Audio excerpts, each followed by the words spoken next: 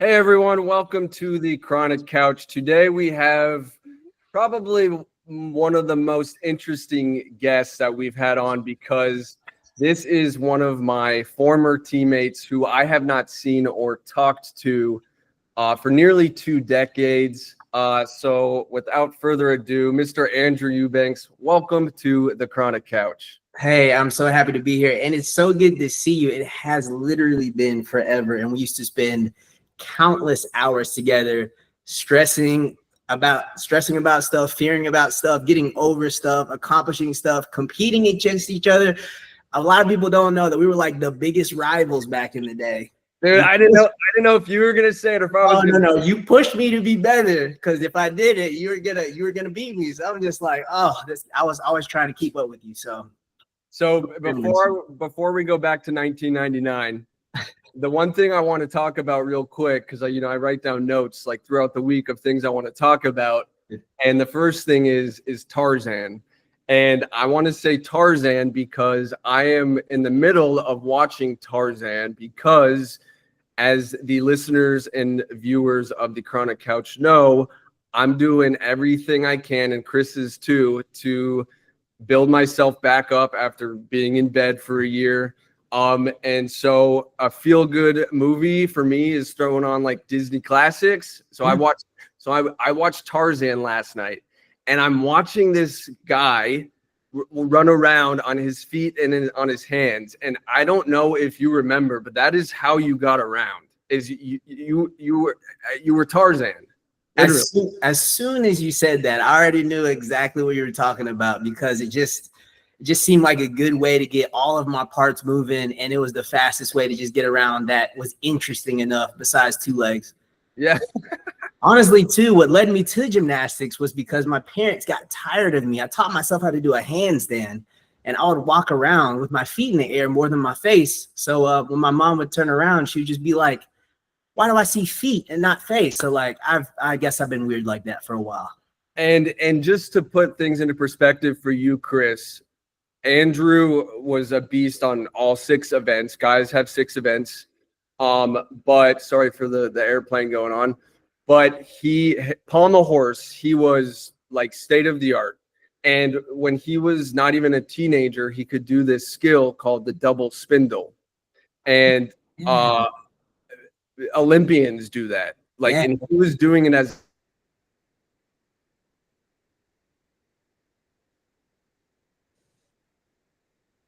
All right, well, Andrew, can you tell me about the double spindle? Yes. I'm like, okay, never mind.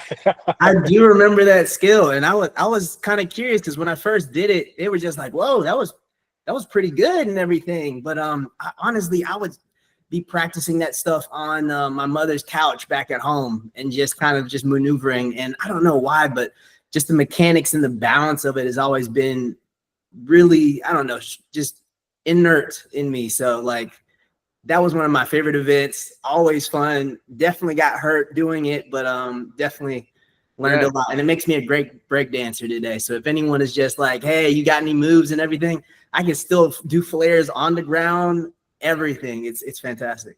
I'll never lose it. I'll never lose it. Damn.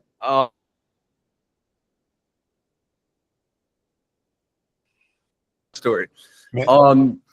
So yeah, the year's 1999. I walk into Roswell Gymnastics after being at like a rec gym. I had played soccer and I started flipping around on the soccer field. And then finally someone at this gym was like, you got to my parents, you got to get Eric to a competitive gymnastics place. So I walk into Roswell Gymnastics and I started in classes, and I just remember seeing you, Andrew, just like you were the best.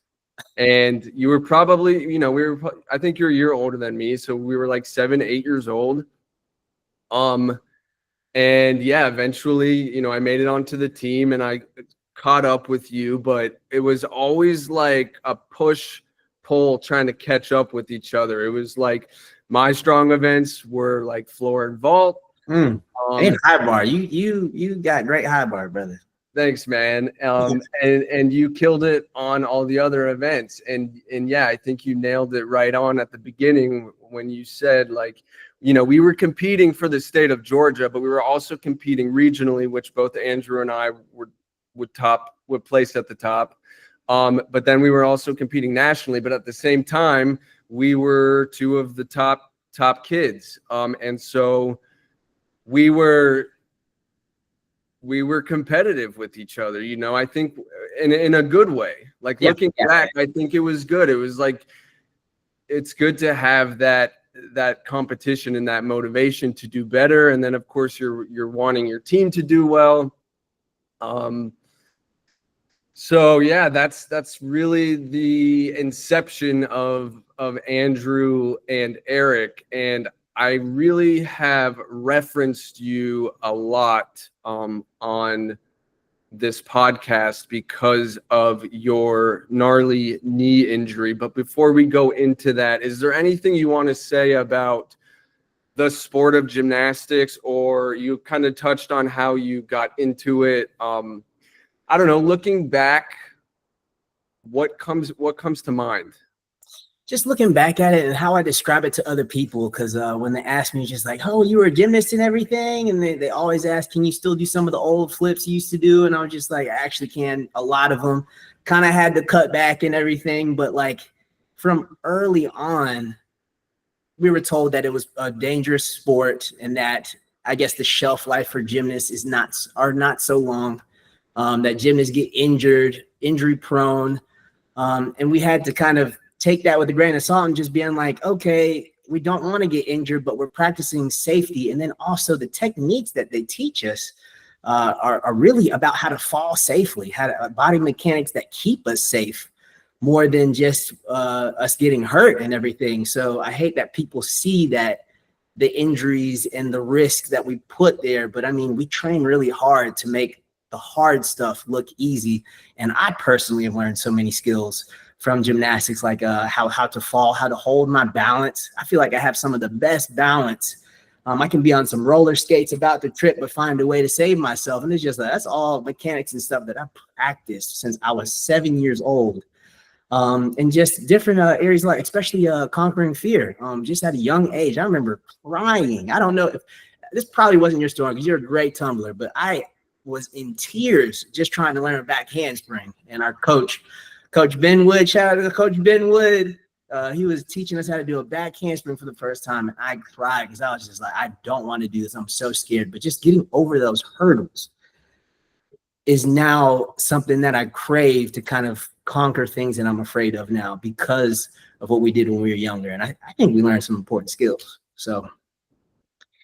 Yeah, I oftentimes am referring to the PTSD of the crazy shit that we saw and we went through, but I also reference and don't want to forget about all the life lessons that have been instilled in us since we were little kids. I don't really think people grasp the intensity of being a high level gymnast.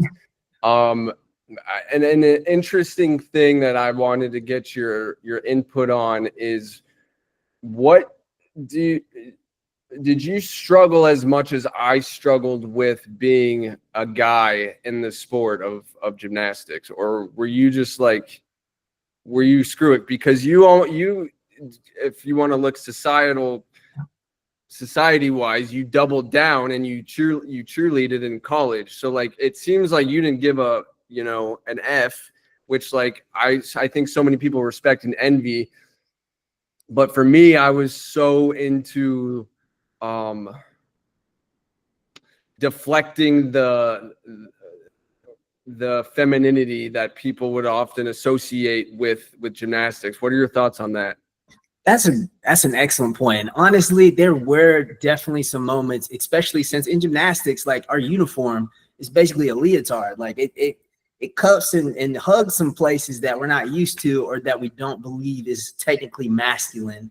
But I don't know, every time that I would think about that, just kind of focusing in on like, what am I here to do though? Even as a kid, or like my parents would help refocus me and just like, hey, look at what you're here to do. You're here to do stuff that people can only imagine doing. So it just kind of took me out of the headspace. I see exactly what you're saying, but I don't know, like you said, just pushing past it to get out of that headspace try and focus on what you're doing, because what we're doing is really cool, and people love watching, especially cheerleading. Honestly, I really felt like I was more against that than gymnastics because of just the stigmas behind that can go into that.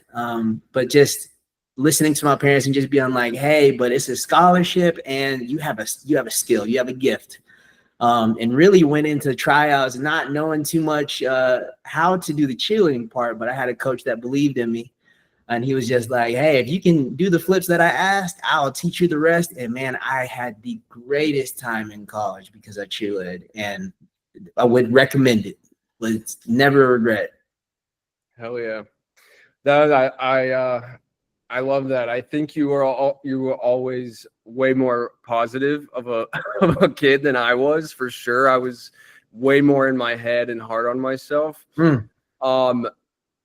So let's shift gears and break into, pun intended, the next phase, which is injuries. I want to say I remember you screwing up your elbow. Yeah. Was that before the knee? So that was an injury that happened when I was younger, because I was a kid flipping on the bed. And honestly, my parents' excuse was the doctors asked, like, why would you let your son jump on the bed and end up hurting himself? And they told the doctor, they were just like, well, because he was good at it. And that always makes me laugh, because they're just like, well, like, he was never doing anything crazy. He would do flips, he'd jump around, and was always safe. But one time I did something and ended up breaking my elbow, this left one here. And I don't think it grew back exactly the best it could.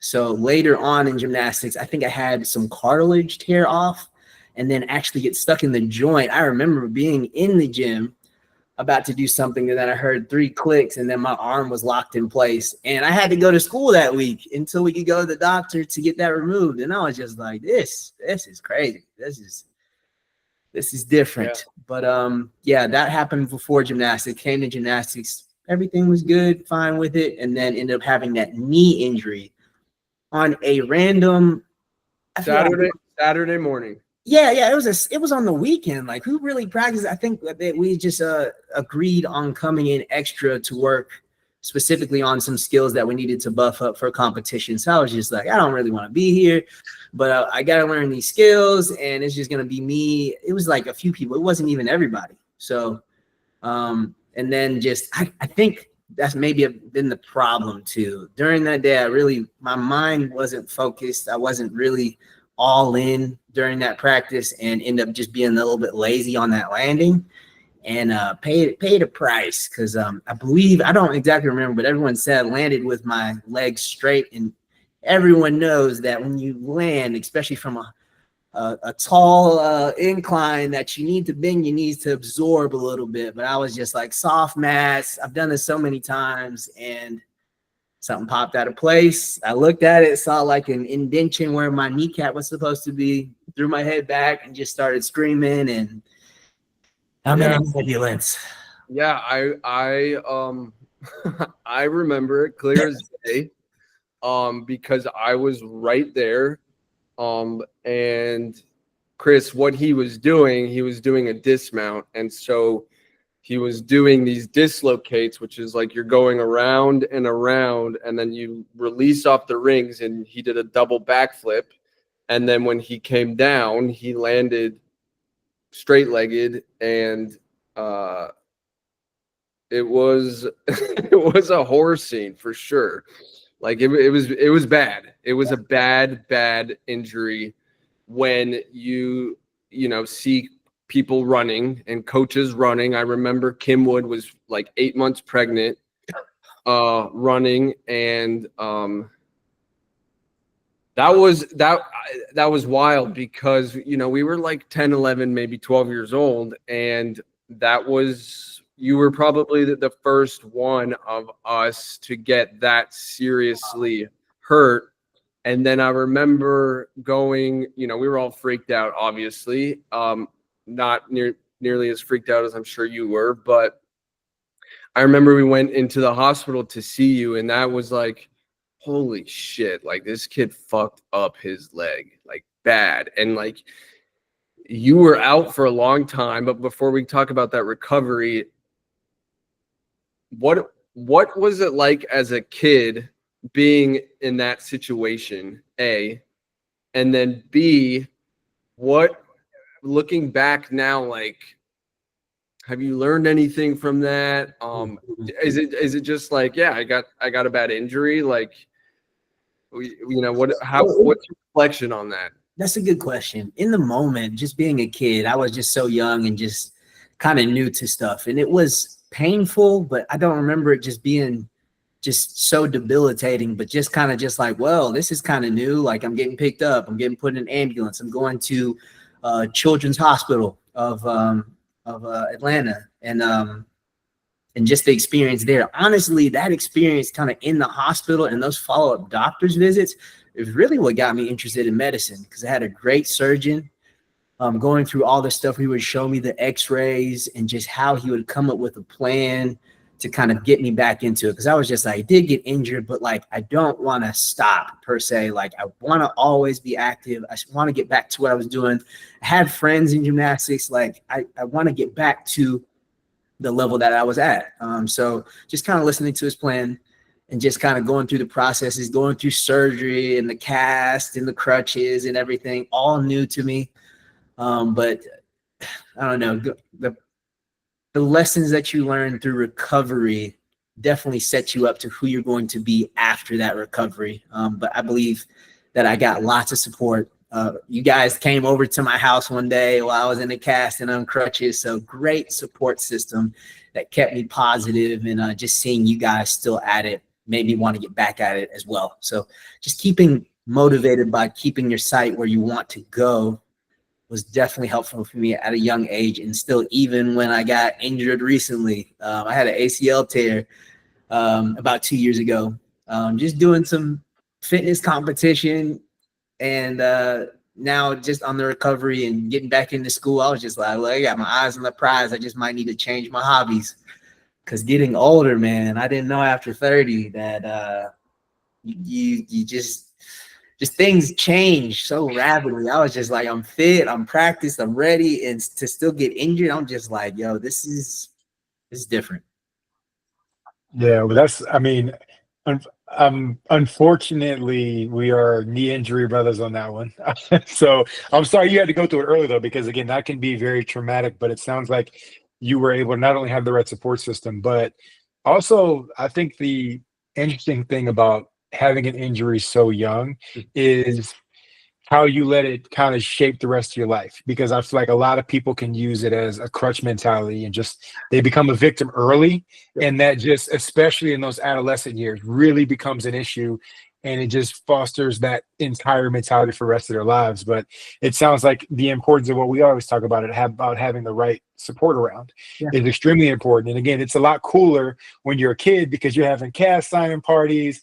Like, nobody wants to do that shit for an adult. Like, ain't nobody coming over to sign my damn cast. So you know what I mean? But I think that it's great because we talk a lot on the podcast about turning pain into purpose. So the fact that you were able to take your situation, the recovery, and then it turned into an interest in medicine, and just because you had the right surgeon, the right doctors, that really kind of fostered your creativity and your interest in something that you've now chosen to chase, I think is awesome. And just, I don't want to hop over this because I always like to make sure that our audience knows kind of the objective truths, I like to call them, or the hard facts. What was the diagnosis? What did you do?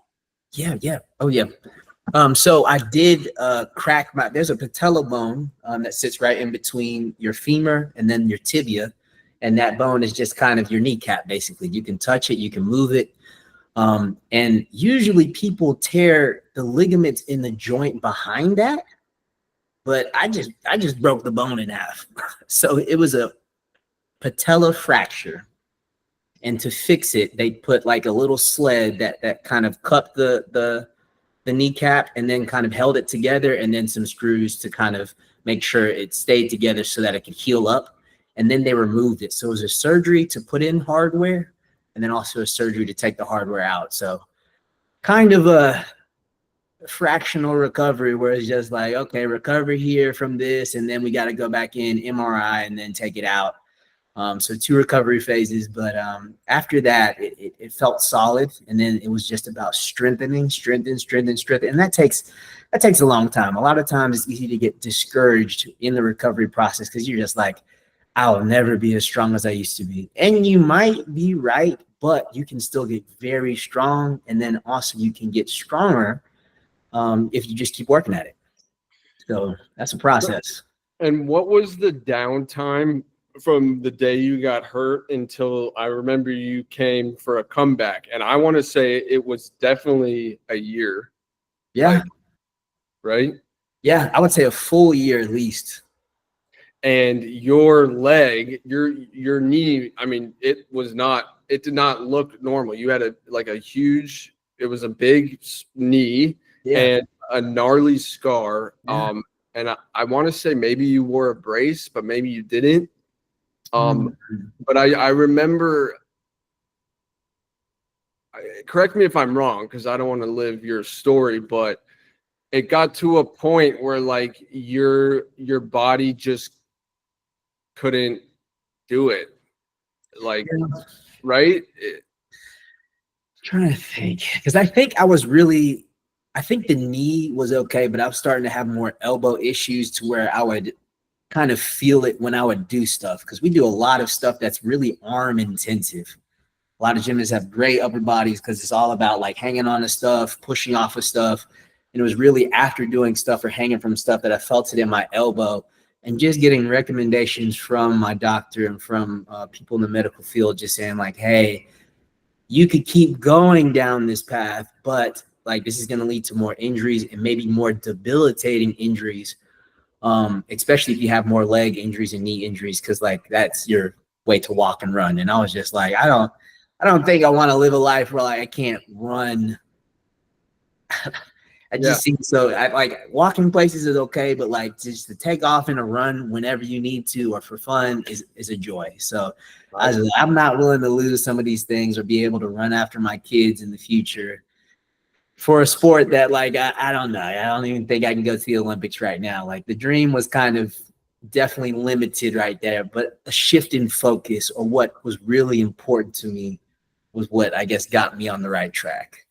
2 things. One, I totally get the freedom of being able to run. I think people who haven't been in a serious incident or sustained a serious injury understand what freedom that really is. Because like right now, if I can run across the street like during a stoplight, like that's a win for me. And the second thing is you mentioned kids, and I was going to ask you if and when you do have kids, if they show interest in gymnastics, would you put them in it? I would say 100% I would, just because of the skills. And also I can really relate to them and just being like, hey, I want you to pursue whatever you're good at or whatever you show a knack for. But just the amount of skills that I was able to learn and that translated into the real world, I think is otherworldly. But I mean, that translates to any sport or any activity. You really have so much to gain from just being active.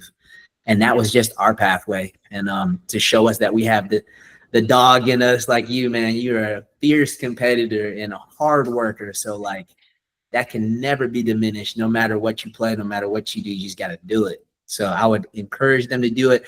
I definitely would try and help them set expectations that like my parents did. They're just like, hey, this is a hobby. This is not a career. So try to, I guess, not prioritize your life and also your mental health on your successes and setbacks. That's just something to keep in mind, or that my parents always told me to keep in mind. Because you can get caught up in it, and I don't know, it can kind of rule over you and kind of put you in a weird headspace when it's not really what life is about.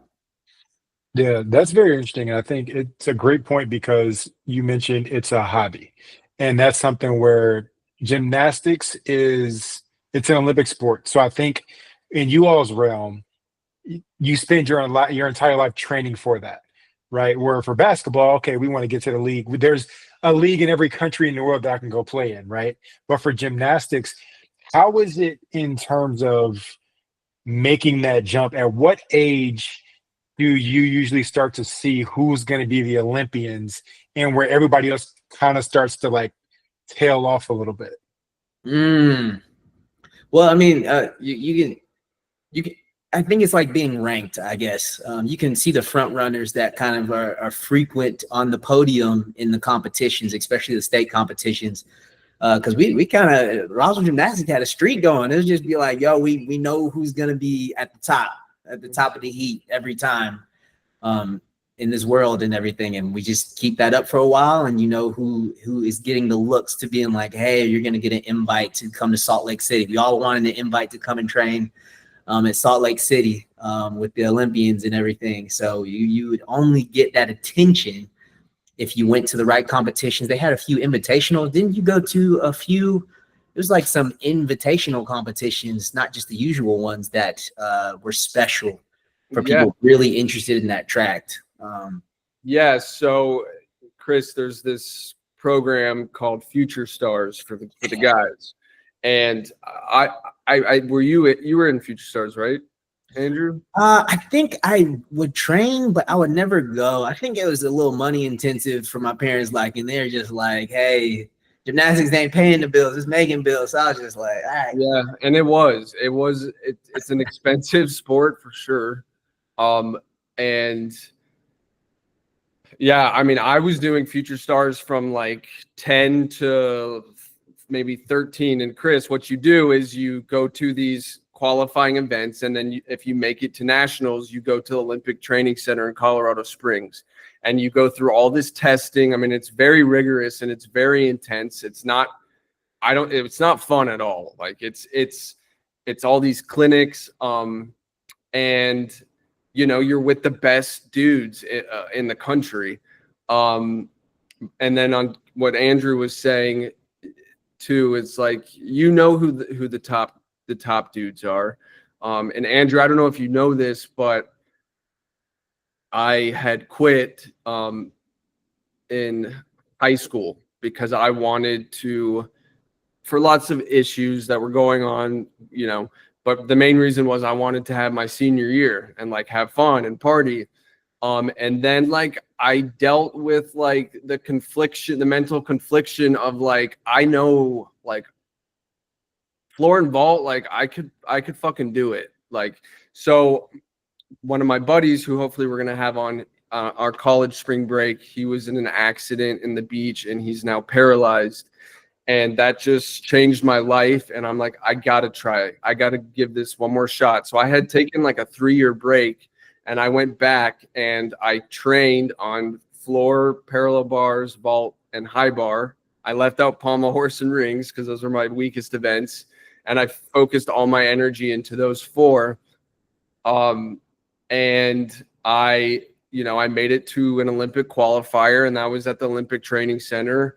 And then that's when my back issues started. Ironically, was that it was on that flight home. And then, so yeah, it's been a journey, this gymnastics thing. I definitely have way more, I think, negative reflections than you do. So I'm happy for you in that sense, but I'm working through my shit. Is there anything else you want to talk before we shift gears? Yeah. Chris or Andrew, is there anything else to touch on about gymnastics? I just want to say, because I feel like that's the first time I've heard that story, and it just breaks my heart because I feel so deeply with you, like the time that we spend to train and like the things that we give up. Because I remember I wasn't able to do a lot of stuff because it'd just be like, well, like we train all week and then sometimes on the weekend, and like a lot of things we would say no to just to try and get better. And for us, it was just like, oh, this is like a game and this is just something that we're used to doing, but like it kind of consumed us in a way. And sure. When you say you got to go to Salt Lake City to qualify and everything, like those are like dreams I've had, and just being like, wow, but like for you to actually do that and I don't know, just stop short of just what you want because of your body just saying no at a certain time, that hurts. Yeah, I mean, it's a crazy experience, right? Because, you know, I remember I was a junior in high school and I was first in the country on floor. I was head of John Orozco and, you know, all the Olympians. And then fast forward a quadrennium when I was at the Olympic Training Center, like I was competing with all those Olympians. So like, in that sense, like that was my ending chapter of the sport. And I think deep down, like I wanted to see if I could monetize off of the sport. And it was like just before the wave of like social media was happening, right? This is like 2014, 2015. And it comes to no surprise, right? Because now I'm in entertainment and in TV. So like I kind of have that interest in that niche for, I don't want to say the glamorized part of it, but trying to see what I can pull out of the sport and, you know, monetize it somehow. Or, you know, like Justin Achow, like he's I don't know if you remember him, but like people are now doing this as a career. Like, you know, they'll post their training and then they get paid to do that. So yeah. I think in that aspect, it's very cool. But I'm glad that you've walked away with some good life lessons, as have I. Chris, you got anything? And to hear you say you came back after a 3-year break. Chris, I don't know if you know, but we've heard from multiple people that if you take longer than a year to make a comeback in gymnastics after a setback, or you just decide to take a break, they tell you to not even try. They just say, just quit at that point. If you're going to take that long of a break, you can't get back into it. Don't even try, just quit. So like that was in their way. They're saying like, push through your troubles and kind of stick with the process because it's just too hard to come back. But after a 3-year break and injury, that's special. Yeah, I thank you. I think the biggest moment of gratitude and like I'm glad I did do that comeback was when, you know, I ruptured when I was a junior and my dad was in the gym and I ruptured my Achilles doing a double.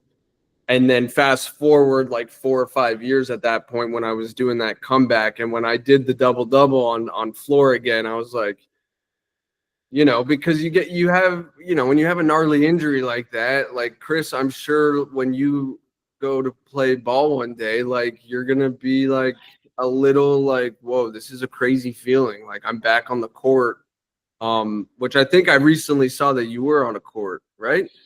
That was a bunch of flat foot shooting, big fella. My playing days are happily over. I'm happily retired. I didn't play defense before, but I definitely can't move laterally now, so I ain't tripping. Oh man! All right. But no, you said something before, and honestly, both of you kind of alluded to this, and I want to take our audience inside the mind of a gymnast, right? And I want to pull up a couple of examples. I've written about Carrie Strug and her obviously situation back in the Olympics.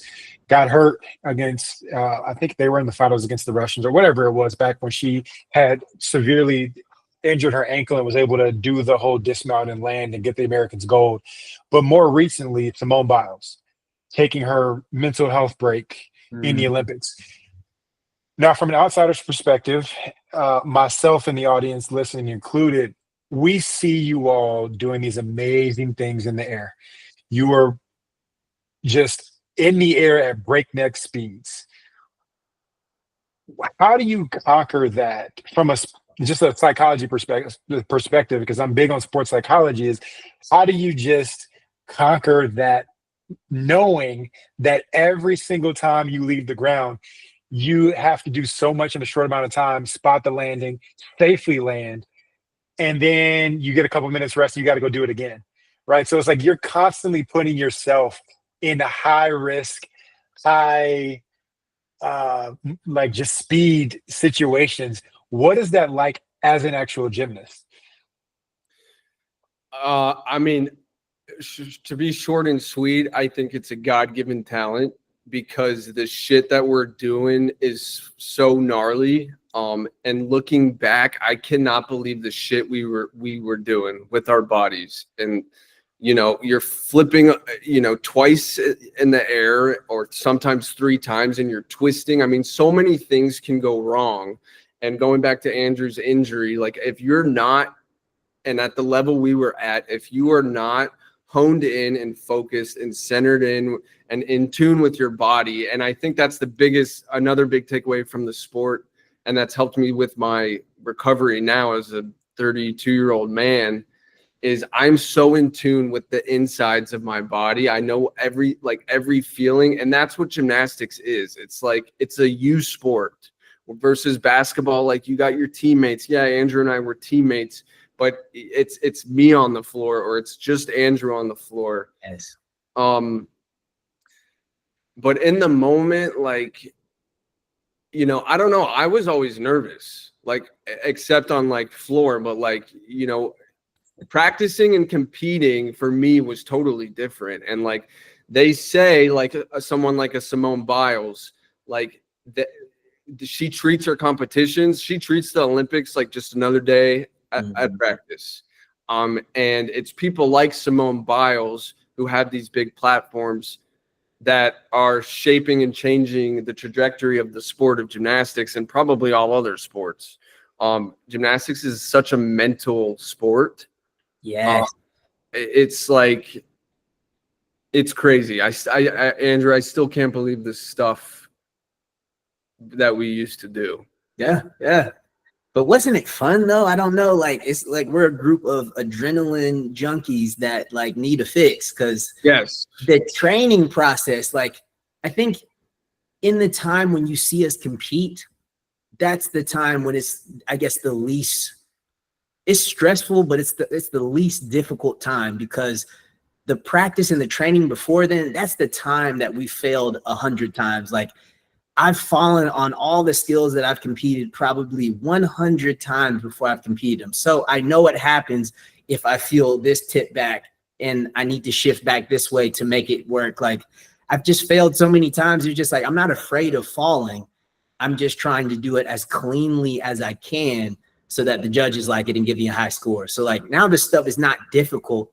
The real battle and competition is just quieting your mind, because the moment gets pretty big, all the eyes are on you. And a lot of those competitions, especially if you've been winning, they call your name out and everyone shifts their seats and just be like, oh, there he is. We're trying to watch him to see what he does, to see if he falls, or like if we can get ahead and everything. Those eyes are on you. But it's just like, I just got to focus in on me. I got to focus in on what I'm doing. When I hit this spot that I usually have trouble in, am I going to shift my body this way? I'm going to keep my feet together. Like, how can I keep me together? And I think that's another skill that I love from gymnastics that we have now, is just a way to just quiet ourselves and still perform, even though the moments get pretty big and there's just a lot of pressure on us. I use that in hospital when I get into tight situations. You're just like, I know how to calm myself and collect myself and still perform. It's because just that time training just for hours during the week and everything, and then just competing is just repetition. Because how many meets do you feel like we went to in a year? Like, it was a good number, like 20. I want to say it was like between 8 and 12. Okay. But yeah, what a time, man. And I'm sure we could shoot the shit about this for hours. But it has been really good to go back down memory lane and reminisce. And myself and Chris appreciate you opening up about the sport. I think having 2 male former gymnasts talk about this is something that you don't really see much. So I think that's very cool and innovative. You mentioned how the sport has not only prepared you for what you do now, but the sport is really what inspired and grabbed your interest in what you do now. I know that you're a nurse, but you're back in med school. Can you tell me life after cheerleading from then till now? Yeah. So in I guess from that injury, I knew I wanted to be in the medical field. Didn't know exactly if I wanted to do medicine, but being a nurse kind of got me in that realm to where I could really experience what it's like to be in the hospital. And just being in the hospital so long with surgeries, knee surgery, elbow surgery, I kind of got to feel and can kind of be on the other side to help people. And in helping people, I would switch around from department to department. I've done the ER, I've done like multiple ICUs, I've done pediatrics, just trying to learn as much as I could and really see what's possible. And like just the things that have changed in a decade, the stuff that we're able to do now that we thought was scary or hard before is now easy. And now it's really smooth and the process is streamlined. It's just increasing what's possible for people is what made me a bit more hungry for like, I want the next step. I want to be the guy in charge so that I can do what I feel is right. And that's what really spurred me, is just be like, I gotta be at the top. I gotta be the one making decisions. So I know it's a long road, but I think it will definitely be worth it. And I'm now learning all the details that they would never tell me before in nursing school. And they're making me learn it all. So, So what's the destination, do you hope?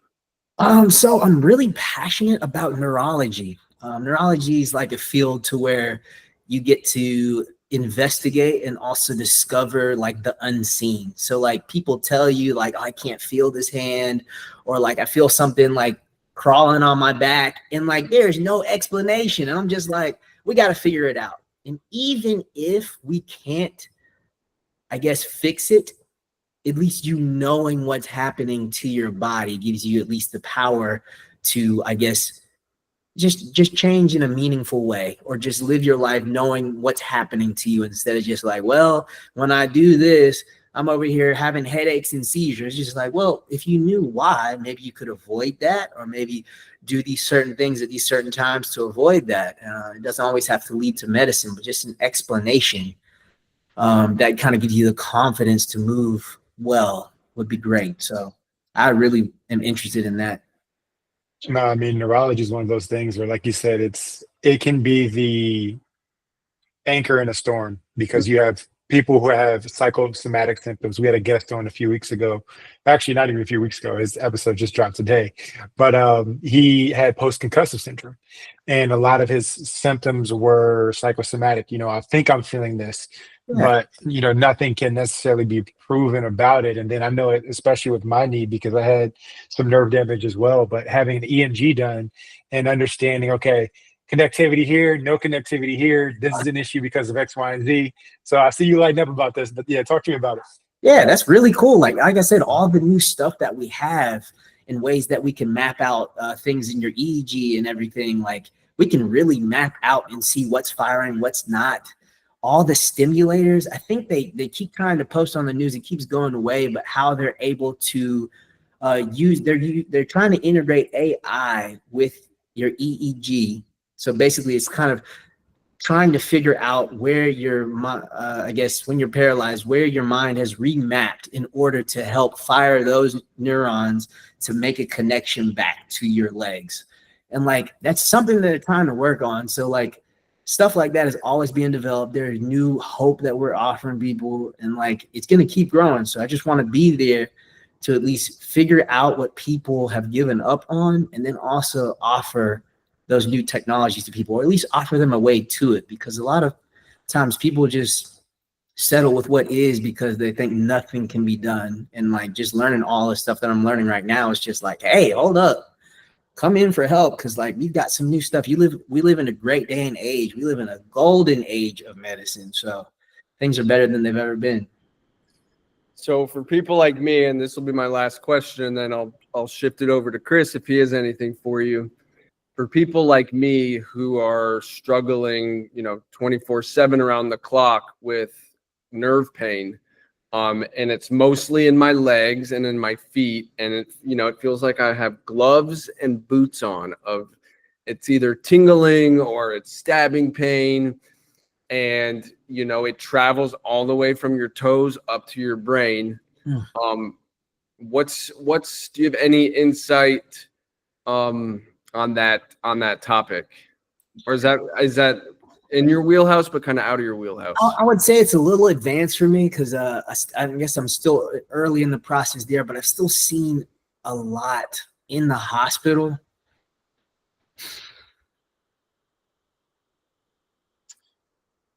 Because you hear about the stem cell, and there's like a surgery. I don't even know too much about it, but there's a surgery where they can go into your spine and they can block the whatever neurotransmitters that send the signals.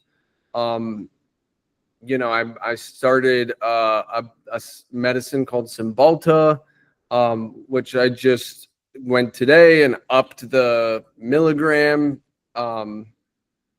So I don't know if there's anything you can shed light on that. If not, it's all good. We're just going to continue chasing the healing rainbow. It's kind of where we're at. So a lot of times when we go over, I guess, neurology issues and everything, we always try and like start with what are your goals for like how you're feeling, or like what do you want to happen with the feelings that you have? You want them to completely go away? What can you tolerate?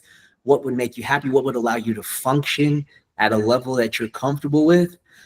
Because I don't know, neurons are like the cells in our body. Like usually when you get cut, everything grows back. But when neurons get damaged, brain tissue, spinal tissue gets damaged, they don't heal back like normal. And that's the sad part. And the part that keeps people disabled after strokes and everything. Because like when those things die, they don't get replaced or they don't grow anew. And I think even stem cells kind of fall short of that goal and everything. But just trying to, I guess, a lot of those medicines cover the damage and the signals that are firing to cover the damage that has been done. And then also kind of get you to a place where you can, I guess, get used to the new normal, which is saying like, I always have this tingling here, but like, I know it's there, so I can still function with it. Kind of like, I guess, having a big injury and then still having a bit of pain. It's just like, you can't always keep taking pain medicine for the rest of your life. You still have pain, but maybe you get used to living with a little bit of pain. And as harsh as that sounds, like, that's kind of the reality of it. Or even the people who have mental issues, just like, I don't believe I'm going to ever be like I was before that trauma, as I am now. But I have new things that keep me happy, that keep me joyful, that keep me motivated.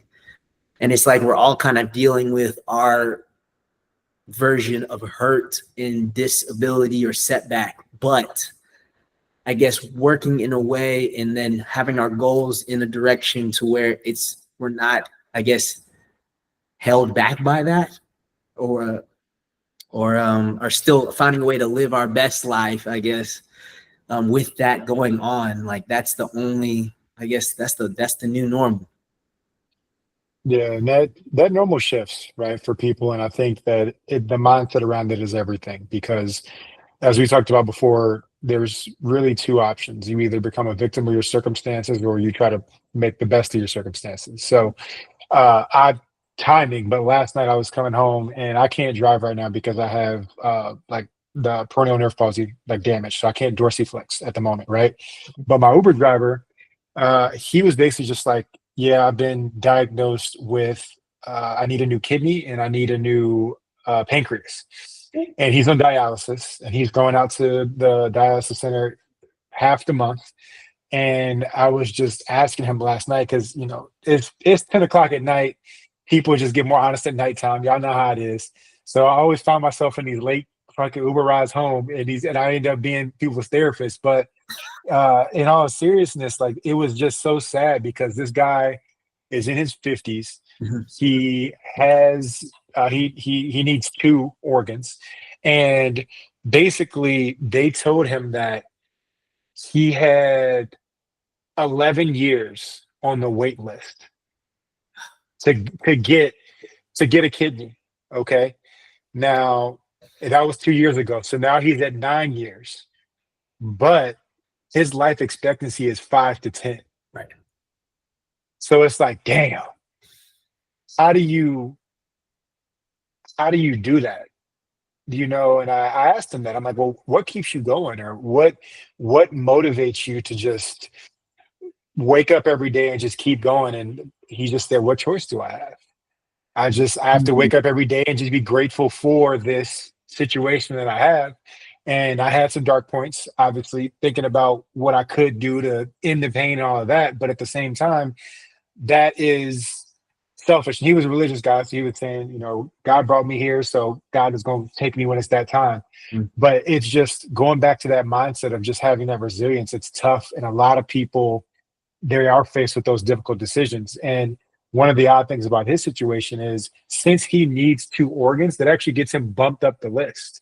So now he's like looking at, okay, 5 hours. And I'm like, okay, well, what is your life like now? Because you have this process. He's like, well, I can't go anywhere because I have to be at the hospital in 2 hours of them calling me, or they go to the next person. And here in California, he's like, there's 15,000 people a month getting added to these lists. Wow. So the list just keeps getting longer and longer and longer. So the reason I say that is because I want to kind of summarize here. And Andrew, you touched on it in your last statement to my last question. Is this the concept of self-advocacy? Because to your point, and Eric and I have talked about this before, you can call it ignorance, you can call it stubbornness, but a lot of people don't want to go to the doctor to get a diagnosis, or they don't want to face the reality of what could be. And there's ignorance and bliss, obviously, but I think a lot of people just don't understand how much of an advancement we've made in modern medicine. So again, stem cells, EMGs, like the things that are now commonplace, and even where we're going, and with the birth of quantum computing and the fact that you can have an AI robot surgery now, I just think that people have to kind of understand that we've made such large strides and their lives don't have to be over. Yeah. I think part of that, I guess it's up to us too, still, because social media is such a big thing now. And a lot of this stuff needs to be brought to the people, especially since everyone's accessing the internet. It's just like, you don't have to wonder about what the doctor's able to do. You should be able to search it up. You should be able to see it. You should be able to kind of experience it before you go. It kind of alleviates some fears. I feel like a lot of times going to the doctor, like you said, you're afraid of what the diagnosis might be. And also like insurance, of course, like I'm afraid of how much it's going to cost. So like Chris knows a thing or two about insurance. So 2 huge obstacles, but like social media and like seeing the humanity of medicine and also the people that are serving you would go a long way, and just being like, oh, these people are personable. Like he's someone like me and has had a story like me maybe. And he's really interested in helping, would go in a long way to just being like, hey, you know what? Like I might take the time to stop by and to kind of do a little bit more digging. And then also they want me to, like you said, advocate for myself and be a part of my healing process or the process where I'm getting treated. But like they have my interest in mind instead of just giving me the cookie cutter, oh, this is what we do for everybody. But like he listened to my goals and see where I really wanted to be in life. Because you may have long, you may not have long, but what are your goals right now? Like, what do you really want to do? Because that's important. That's time. So Andrew, to send us home, for those who are watching and listening, and again, those who are watching and listening, you are not only listening to a wise, genius, intelligent man, but also someone who is in the medical field. For those who are struggling and need a little boost, a little pick-me-up, whether they're struggling mentally or physically or both, what would you say to them? What keeps me motivated is just the small things and the small wins. I've had big goals, I feel like, for a long time that are finally starting to come true. But in those moments where I didn't think I was making progress, you just kind of still got to ask yourself, what's going to make me smile today? What things can I get better at? And then also, how can I treat other people better and then also make their lives happy? Because it is definitely a proven fact that when you help and do for others, you definitely get joy from that. You get something from that. So just any one of those things each day will put you in the right direction to just be like, hey, I'm moving forward in the best direction I can. And also just protecting your peace, because there's a lot of chaos. There's a lot of stuff to worry about. But when you kind of bring your bubble into a smaller place to where it's just you and your people, or even if it just needs to be you in your own space by yourself, like that is okay. But like, what can you do to smile today for you? And then kind of spread that joy to other people. So stay motivated in that and good things will happen. Indeed, indeed. I think optimism is contagious, and it has to start with you, right? And I think to just summarize here, we always like letting our guests know where they can find, or where our audience know where they can find our guests, rather. So where can people find you, Andrew, on social media? I don't know, what is it? Where I don't know, what is it, WebMD that you can do with searches for people? I don't know where the hell people will find you at. But yeah, you got a lot to learn. But I'm honestly, I need to really start creating a new brand, because I want to kind of be more of a health advocate, especially the more expertise I get, because I feel like I can be a friendly face to bring people into what they need to. I was a professional DJ for years since college, and I'm stepping away from that part of my life because it's definitely not what I want to do for a living. So yes, sir. Come on, pull out some Pioneer, pull out some whatever. Yeah, mine's locked away somewhere, but I got a small one at my desk because sometimes I crave it. But yeah, so all mine is tied to DJing stuff. It's time to rebrand. I feel like I'm gonna be the follow-up doctor or something. Don't steal that, but I'm gonna work on it and I'll get back to you. But you can find me on Facebook at Andrew Eubanks, EUBANKS. That's real friendly, real professional, and we can connect there. And we'll get you on for round 2 once you got your upcoming new branding in store. That'd be awesome. Well, it was a pleasure to reminisce and connect. I am a big believer, especially after all the injuries that I've sustained, that everything happens for a reason. As simple as me watching Tarzan last night and being like, yo, I am talking to Tarzan tomorrow on the chronic couch. And yeah, it's been great. Heck yeah. It's so good to see you again, man. It's been, I've followed you on your social media just to keep tabs on you, but I'm glad you're doing good, man. I know things may not seem as they should, but like everything's going to be A-okay. I believe, I appreciate it, and I believe it. Chris, you got anything else?